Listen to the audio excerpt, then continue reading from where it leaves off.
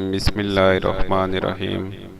السلام علیکم دوستو، آپ سب لوگوں کو اردو فرمازہ میں خوش آمدید۔ بغداد کے ایک خلیفہ کو اپنے بیٹے کی شادی کرنا تھی۔ انہوں نے پورے شہر میں اعلان کروا دیا کہ جس گھر میں جوان لڑکی ہے اور قرآن پاک کی حافظہ ہے وہ اپنے گھر کی کھڑکی میں رات کو ایک شمع روشن کر دے۔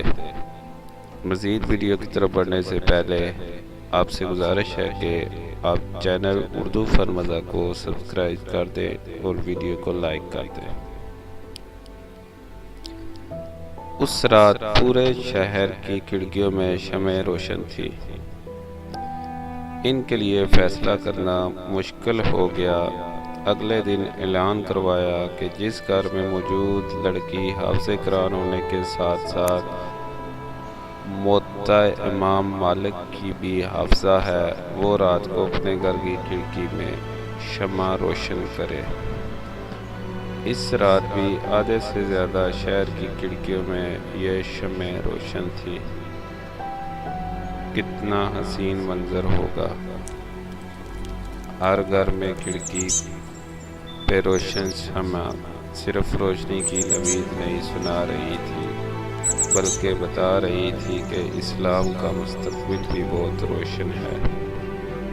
وہ شمعیں اس بات کی نوید تھی کہ ایک بہترین نسل کو پروان چڑھانے کے لیے مناسب اور بہترین تعلیم دی جا چکی ہے۔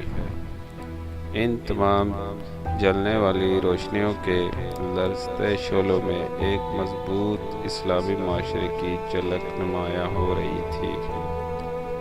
آج اگر ایسا اعلان کروا دیا جائے تو بہت کم گھروں میں شمعیں روشن ہوں گی، اور اگر دوسرے اعلان والی شرط ساتھ رکھ دی جائے تو یقیناً پورا شہر ہی تاریک پڑا ہوگا۔ پتہ ہے ایسا کیوں ہوا ہے؟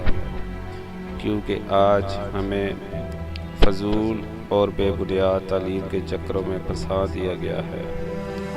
آج کی عورت کو مرد کے شانہ بشانہ کھڑے ہونے کے خواب دکھا کر اسے حساب کتاب کے بھنور میں دنسا دیا گیا ہے۔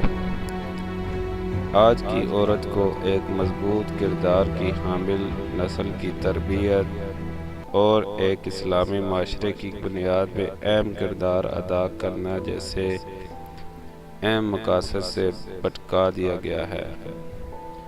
آج کی عورت کو ٹی وی پر بیٹھ کے مارننگ شو میں فضول عنوانات پر مباحثت اور فضول بے مقصد کاموں میں الجھا دیا گیا ہے۔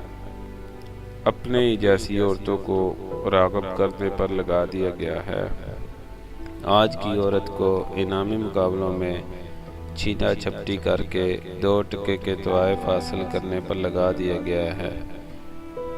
آج کی عورت نے بھٹکنا پسند کیا تو اسے بھٹکا دیا گیا ہے۔ ویڈیو کو لائک اور چینل کو سبسکرائب کیجیے۔ اللہ حافظ۔